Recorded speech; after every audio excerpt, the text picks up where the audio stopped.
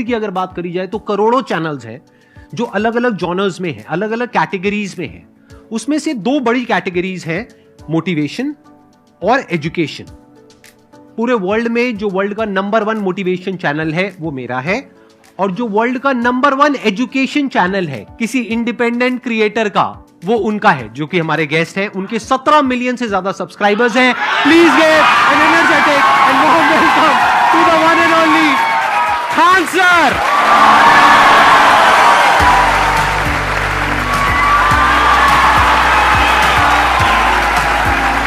क्या हाल जी, कैसे हैं आप?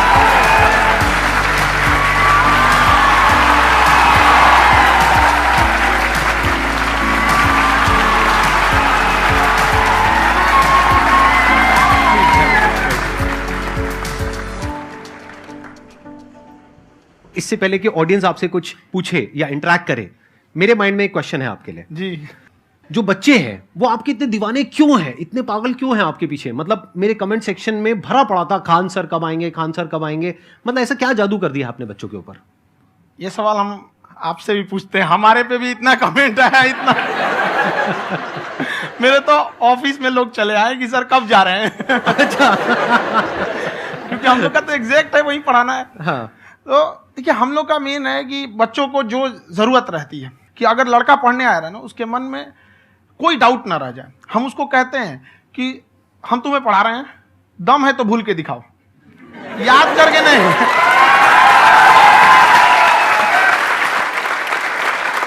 प्लस आप जिस प्राइस पॉइंट पे पढ़ा रहे हैं, आई थिंक वो सबसे कम है, वो बहुत ही कम है। सर, ये जो फीस का कल्चर है, ये हमारा इंडियन कल्चर नहीं है। हमारा इंडियन कल्चर गुरु दक्षिणा है, उस हिसाब से वो सही है। ऑक्सीजन जैसे जिंदगी के लिए जरूरी है, वैसे एजुकेशन जरूरी है। कोई ये नहीं कह सकता है कि पैसे की वजह से वो खान सर के यहां से लौट गया। क्या बात है।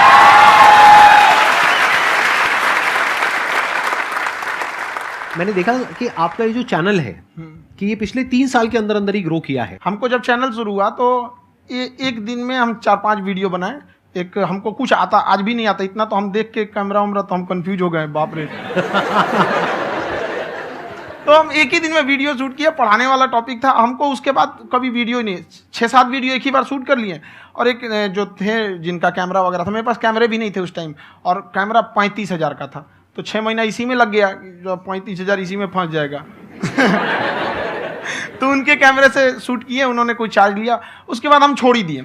लॉकडाउन लगा, तब हम कहें आप कैसे पढ़ाएंगे? हो तो 1 दिन 2 दिन करते करते अचानक लंबा हो गया। तब हमको याद आया कि ओहो, मेरा एक चैनल भी है वहाँ पे।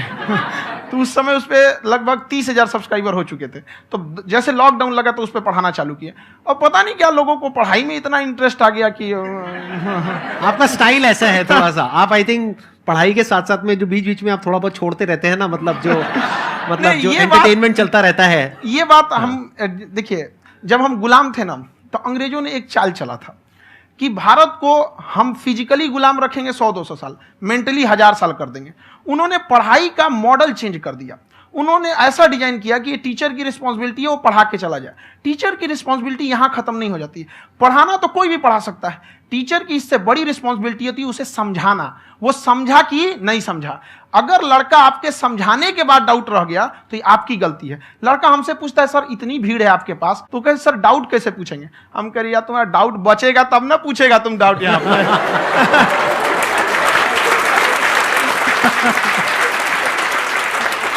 कॉन्फिडेंस नेक्स्ट लेवल है खान सर का, मानना पड़ेगा। और शायद यही वजह है इनकी जो ग्रोथ है उसका। किसी ने शायद सपने में भी नहीं सोचा होगा कि पिछले 2 साल के अंदर अंदर जो आपके चैनल की ग्रोथ हुई है, जैसे आप खुद ही बता रहे हैं कि लॉकडाउन के टाइम पे आपके 30,000 के करीब सब्सक्राइबर्स थे, आज की डेट में 17 मिलियन है। और मेरा एक क्वेश्चन और है, इससे पहले कि ऑडियंस में से आपसे कोई क्वेश्चन पूछे, कि कई बार आप ऐसे भी टॉपिक्स टच करते हैं जो थोड़े से कंट्रोवर्शियल हैं या थोड़े से सेंसिटिव हैं, जिसके ऊपर बात करने की हिम्मत आई थिंक बहुत ही कम लोगों में है। तो आपको कभी ये नहीं लगता है कि कहीं ज्यादा तो नहीं हो रहा है, इसको थोड़ा रोक देते हैं, थोड़ा कम कर देते हैं? क्योंकि कोई लाइन ही नहीं है वैसे तो बोलने को, तो आप कुछ भी बोल दो, कितना भी बोल दो। हुई है कंट्रोवर्सी बहुत बार। एक्चुअली बचपन से हमको फौज में जाना था, और फौज वालों के लिए ये सब मायने नहीं रखता। उसको करना है मतलब करना है, तुम सामने कुछ भी रहो, डजंट मैटर।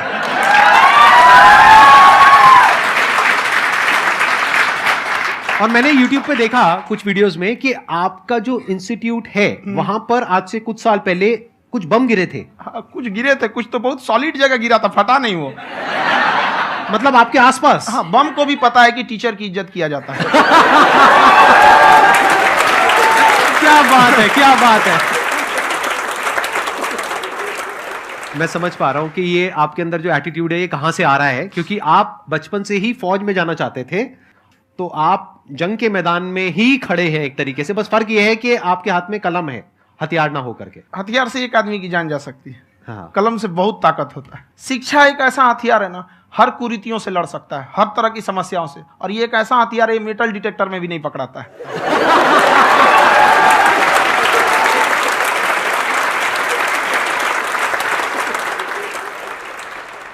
मेरा क्वेश्चन ये है कि अभी प्राइवेट ऑर्गेनाइजेशंस में पीटने का, पनिशमेंट का ये सिस्टम जो है खत्म हो गया है। हम आपके वीडियो में देखे हैं सर कि आप एक बड़ा सा रोल रखे रहते हैं, पुलिस वाला लाठी है वो, पुलिस वाला लाठी है, और स्टेज पे बुला के बच्चों को उसी से धुनाई शुरू कर देते हैं मस्त एकदम से, है ना। तो सर मतलब कि बच्चे मतलब कि डरते नहीं है आपसे, और इस तरीके से कैसे कनेक्टेड हैं आपसे, है ना। और एक और क्वेश्चन सर, यूपीएससी का जो आप अपना बैच स्टार्ट करने वाले हैं, ठीक है, उसके बारे में बताइए सर, क्योंकि मुझे मतलब कुछ इशू करना है सर, ठीक है। और संदीप सर को देख लिए, मेरा तो वैसे ही हो जाना है।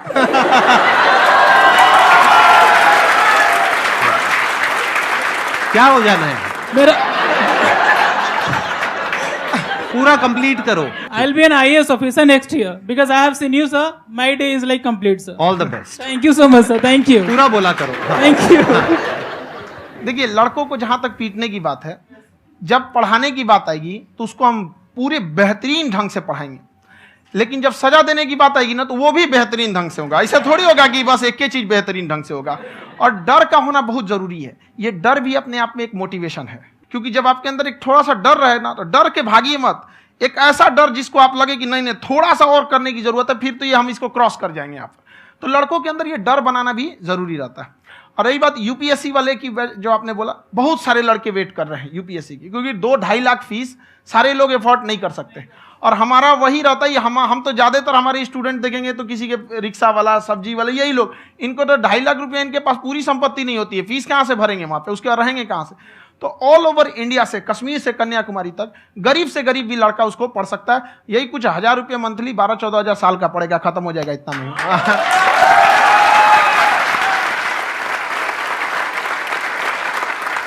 ये जो डंडे वाली बात इन्होंने कही, ये सच है? मतलब आप हाँ, सच में एक डंडा रखते हो? पुलिस का ही है वो। और मारते हो? हाँ, कि मतलब अगर कोई लड़की छेड़ता है या ऐसा कोई भी उल्टा पुल्टा काम पढ़ाई करता लिखाई है, कुछ भी गलती करेंगे तो पिटाएंगे वो यहाँ पे, कैमरे पे, ऑन कैमरा, जैसा भी रहे, कुछ भी पिटाना तो उनको फिक्स है। एक तो कोई मतलब विधायक जी थे, उनके लड़का को पीट दिए, तो चला दल बल लेके अपना वहां पे। उसने घर पे नहीं बताया था कि सर ने पीटा है, बस बोल दिया कोचिंग में पीटा है। बाद में पता चला हम पीटे हैं, तो उसके पिताजी मेरे सामने और पीटे।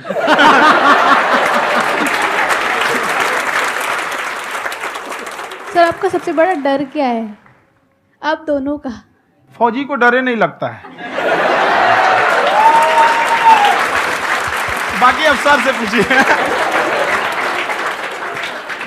आज के सेशन से पहले कोई डर नहीं था, लेकिन अब मुझे इनकी डंडे वाली कहानियां सुन करके डर लग रहा है कि कहीं मैंने गलती से कुछ बोल दिया और इन्होंने कहीं पीछे कुछ रखा हुआ है, और यही आ करके अगर इन्होंने मेरी पिटाई कर दी तो बहुत बुरा हो जाएगा। तो इसलिए हमको थोड़ा डर लग रहा है।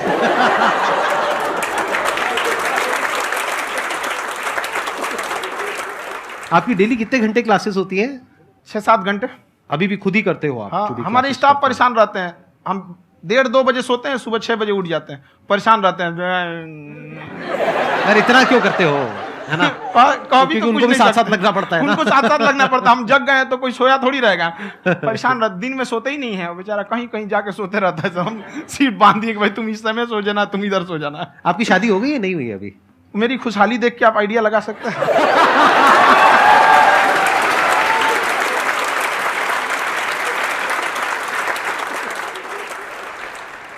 First of all I would like to say sir thank you so much to you and to your team कि आपने मुझे यहाँ आने का मौका दिया। एंड सर अब तक मैंने आपको सिर्फ फ़ोन या लैपटॉप में ही देखा है दोनों को, आज फर्स्ट टाइम लाइव देख रही हूँ तो बहुत अच्छा लग रहा है।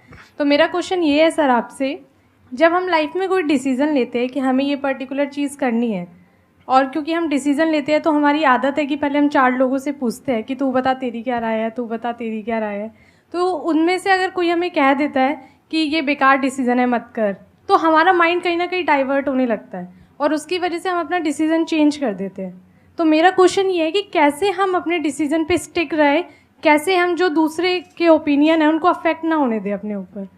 दूसरे से सलाह लेने से पहले एक बार खुद उस पर रिसर्च कर लेना चाहिए, ताकि आप सामने वाला क्या सलाह दे रहा है आपको समझ में आना चाहिए। यहाँ पर ऐसा नहीं है कि कई बार ऐसे होते हैं कि दूसरे वाले को एक्सपीरियंस होता है, तो अगर आपको पहले से आइडिया है, उसके बारे में आप बेहतरीन ढंग से रिसर्च किए हैं कि क्या इसमें प्लस पॉइंट है, क्या निगेटिव है, उसके बाद आप किसी से सलाह लेने जाइए। ये नहीं कि मन में आया सीधा बताओ, गड़बड़ा जाएगा। तो वहाँ पे पहले आपको R&D करना पड़ता है, समझ में आया कि नहीं। और जिंदगी हो या गाड़ी, जीतेगा वही जो टाइम पे गियर चेंज कर रहा है।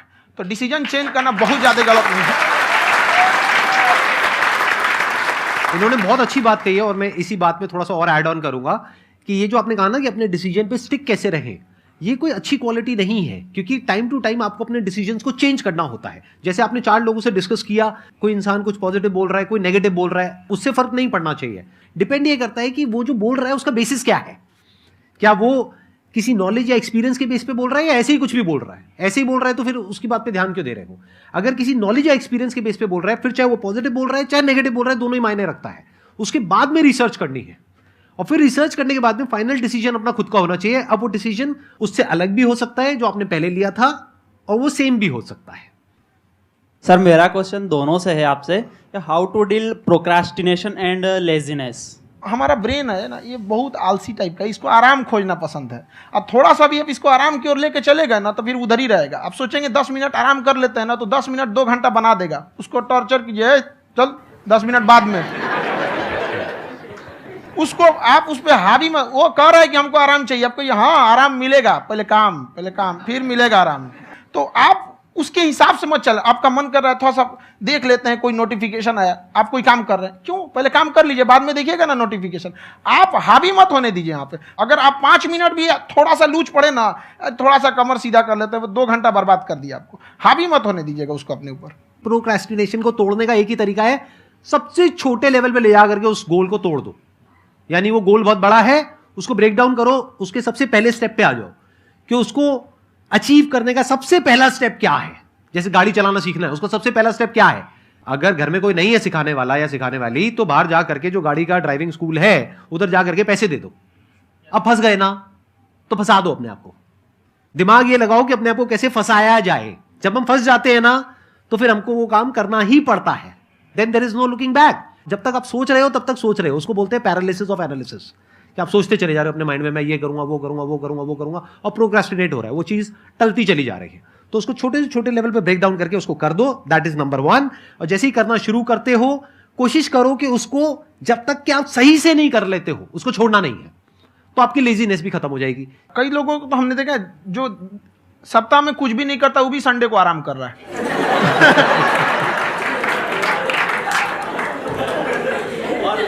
वैसे कहा भी जाता है कि अगर कोई काम आपको करवाना है ना, तो ऐसे किसी इंसान को दो जो बिजी है। हाँ। ऐसे आदमी को मत दो जो खाली है। ये परफेक्ट एग्जाम। किसी को भी आप देखिएगा जिसको आप कहते हैं कि मतलब थोड़ा ठीक ठाक आप समझते हैं कि नहीं ये बहुत आगे निकल, वो एक काम को खत्म करने के बाद कभी आराम नहीं करेगा। एक काम खत्म हुआ उसको लगेगा हाँ एक खत्म हो गया, अब दूसरा करना चाहिए। और वही जिसको देखिएगा एक खत्म हो गया, अरे आराम करना चाहिए, कभी नहीं, लाइफ में आखिरी सांस तक। सर यहाँ पे सब हिंदी में पूछते हैं, इंग्लिश में पूछते हैं, मैं भोजपुरी में पूछूं? जौन भाषा ठीक लगे तोने में पूछ दो। हाँ सर।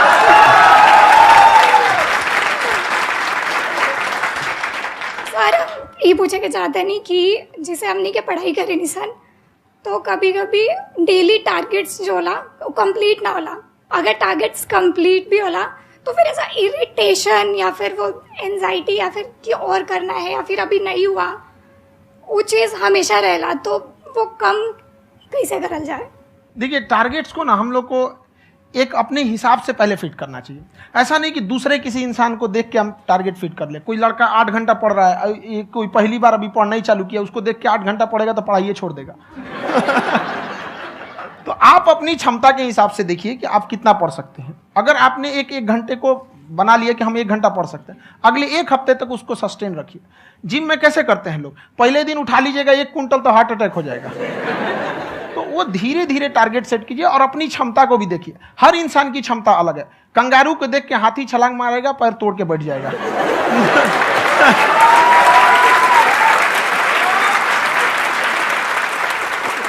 अब संदीप सर का मोटिवेशन देख के इसका मतलब क्या कि ट्रेन के आगे खड़ा हो जाएंगे, ढकेल देंगे तुमको। हालांकि ऐसा कर देते हैं, लेकिन ऐसा करिएगा लोग नहीं, क्षमता पता होना चाहिए। आपके अंदर एंजाइटी हो रही है कि मैंने कर तो लिया है, आप ये नहीं कह रहे कि मैंने कुछ भी नहीं किया है फिर मेरे को एंजाइटी हो रही है, आप ये कह रहे हो मैंने काफी कुछ कर लिया है फिर भी एंजाइटी हो रही है कि कहीं कुछ छूट तो नहीं गया है। तो बेसिकली आपको ये देखना है कि अगर आपके अंदर ये एंजाइटी हो रही है, that means you are a very good student, आप एक अच्छे स्टूडेंट हो। क्यों? क्योंकि बहुत सारे स्टूडेंट्स तो ऐसे हैं उनको पढ़ने के नाम से एंजाइटी होती है। तो आपको एंजाइटी हो रही है कि मैंने पढ़ लिया, दिन में मानो 8 घंटे का आपने टारगेट सेट किया और 6 घंटे पढ़ लिया, या मान लो 8 घंटे भी पढ़ लिया, फिर भी एंजाइटी हो रही है कि मैंने 10 घंटे नहीं पढ़ा। तो ये तो अच्छी क्वालिटी है ना, ये तो एक ब्रिलियंट स्टूडेंट की क्वालिटी है, क्योंकि एंजाइटी उसी को होती है जो केयर करता है, जिसको परवाह है, उसी की तो एंजाइटी होती है। जैसे माँ को अपने बच्चे की, जैसे एक माँ को अपने बच्चे को लेकर के एंजाइटी होती है। हंस लो मजाक उड़ा लो मेरा। कोई बात नहीं, एडिट कर देंगे इसको हम। हाँ।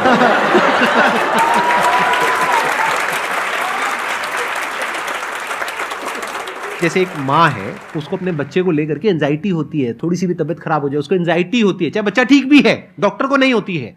क्यों? क्योंकि माँ को उस बच्चे से प्यार है। तो दैट मीन्स कि आप अपनी पढ़ाई को लेकर के सीरियस हो, इस वजह से आपके अंदर एंजाइटी हो रही है, विच इज नॉर्मल।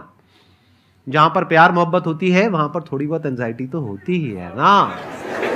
समझ रहे हो ना मैं क्या कहना चाह रहा हूं? आप लोग समझ रहे हो ना मैं कहां जा रहा हूं? जब वो किसी और से बात करती है तो एंजाइटी होती है ना।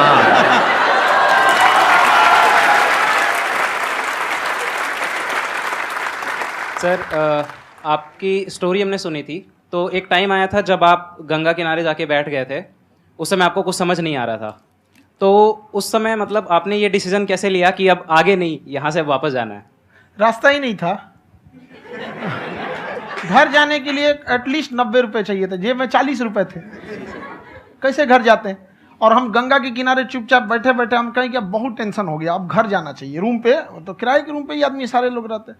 गए वहाँ पे तो रूम लॉक हो गया था, तुम खटखटाएं तो ऊपर से गुस्सा से बोले जो ऑनर थे, क्या टाइम हो गया है? तुम कहीं 9-10 बज रहा होगा, घड़ी देखिए तो 2 बज रहा था रात का, 2-2:30 बज गया था वहाँ। टेंशन में आप तो होता है, कई बार ऐसा समय आएगा कि लगेगा जैसे अब कुछ नहीं हो सकता है। तो इससे घबराना नहीं है, कभी कभी गुच्छे की आखिरी चाबी भी ताला खोल देती है। जो बातें आपने बताई कि घर में प्रॉब्लम्स ये तो बहुत लोगों ने फेस करी वहां पर, आप अकेले नहीं है, बहुत लोगों ने ये प्रॉब्लम्स फेस करी, बहुत तरह की प्रॉब्लम्स देखी, बहुत तरह की स्ट्रगल्स देखी, लेकिन वो सब इतने कामयाब नहीं हो पाए जितने कि आप हुए। तो आपके अंदर ऐसा कुछ ना कुछ है जो औरों के अंदर नहीं है। तो वो मैं जानना चाह रहा हूं कि वो ऐसा क्या था जहां से कि आपका दिमाग यहां तक सोच पा रहा है कि मैं पूरे इंडिया में इतने बड़े लेवल का चेंज लेकर के आ सकता हूं, एजुकेशन फील्ड में रेवोल्यूशन लेकर के आ सकता हूं। ये सोचना ही बहुत लोगों के बस का नहीं है। मेरी एक खुद की थिंकिंग, अगर हमको कोई 100 रुपए किसी काम के लिए दिया, हम सबसे यही कहते हैं, तो हम कोशिश करते हैं उसे 200 का रिटर्न दे। अगर कोई हमसे 200 रुपया फीस दे रहा है, 250 दे रहा है, तो हम उसको ये कोशिश करते हैं कि तुम्हें ऐसा लगे कि नहीं भैया हमने 10-20 हज़ार का पढ़ लिया यहाँ पर। वो ईमानदारी से कभी कमी नहीं। और हमेशा अगर हम प्रॉमिस X का करते हैं तो डिलीवर 4X करना चाहते हैं। ध्यान से सुनना और ध्यान से समझना इस फर्क को। अगर आप समझ पाए तो बहुत आगे जाओगे लाइफ में। एक वो होते हैं जो ये सोचते हैं कि हमें सब कुछ मिल जाए, हमें कुछ भी करना ना पड़े। दूसरी कैटेगरी होती है लोगों की जिनको जितना मिलता है उसमें भी चोरी चकारी करते हैं या कोशिश करते हैं कि उससे कम दे सामने वाले को जितना कि हमें मिल रहा है।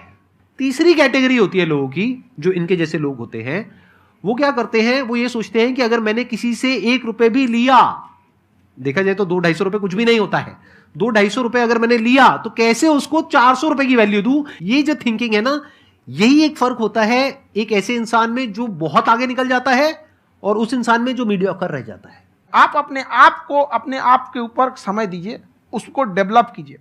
जब आप अपने आप के ऊपर खर्च करते हैं तो आने वाले समय में लोग गूगल पे आपको सर्च करते हैं। क्या बात है सर, ये आपने अभी बनाया है या ये कोई पुराना आपका वो है? बनते रहता है, इसे फ्लो में बन जाता है। आपके अंदर ना सर एक कवि छुपा हुआ है कहीं ना कहीं जो बाहर आना चाहता है। कभी ना कभी आपने सोचा होगा कुछ। हाँ, कभी कभी देखिए, एक चीज है, संगत का बहुत अच्छा असर पड़ता है। ये चीज को हमेशा, संगति का मतलब लोग हल्के में ले लेते हैं। संगति का मतलब होता है संग संग गति। तो अच्छे लोग के साथ रहेंगे तो संग संग अच्छी गति होती जाएगी, खराब में रहेंगे तो ये भी होता है। बट अपने आप को थोड़ा सोचना चाहिए कि हम केवल जी के मर जाएं इसके लिए नहीं आए हैं।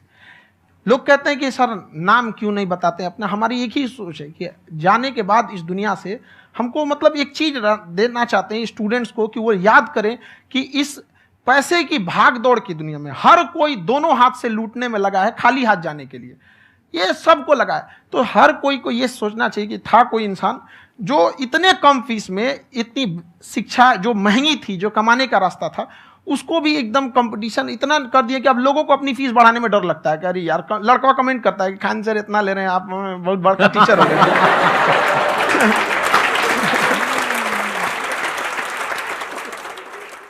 खान सर की एक क्लिप है, ये समय और समझदारी में बहुत फ़र्क होता है। अगर समय रहते समझदारी आ गई तो इंसान कामयाब हो गया, लेकिन अगर समय चला गया फिर समझदारी आई फिर तो बेकार है। तो सर मतलब कुछ आपको ऐसी चीज़ लाना चाहिए जो मतलब बच्चों जो तैयार हो रहे हैं उनको ये चीज़ें मतलब एंड टाइम पे दिखे। समझ रहे आप मेरी बात? नहीं समझ?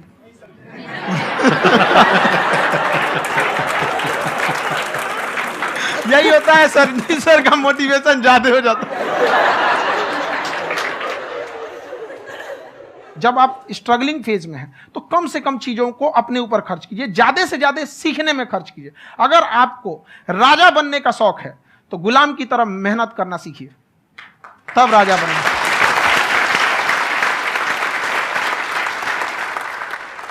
ये दुख, ये दर्द, ये सब तेरे अंदर है। तू अपने बनाए इस पिंजड़े से बाहर निकल के देख, तू अपने आप में एक सिकंदर है।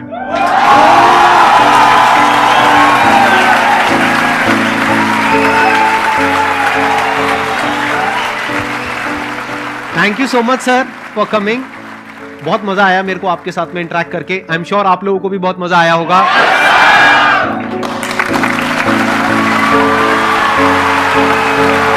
Thank you so much ji.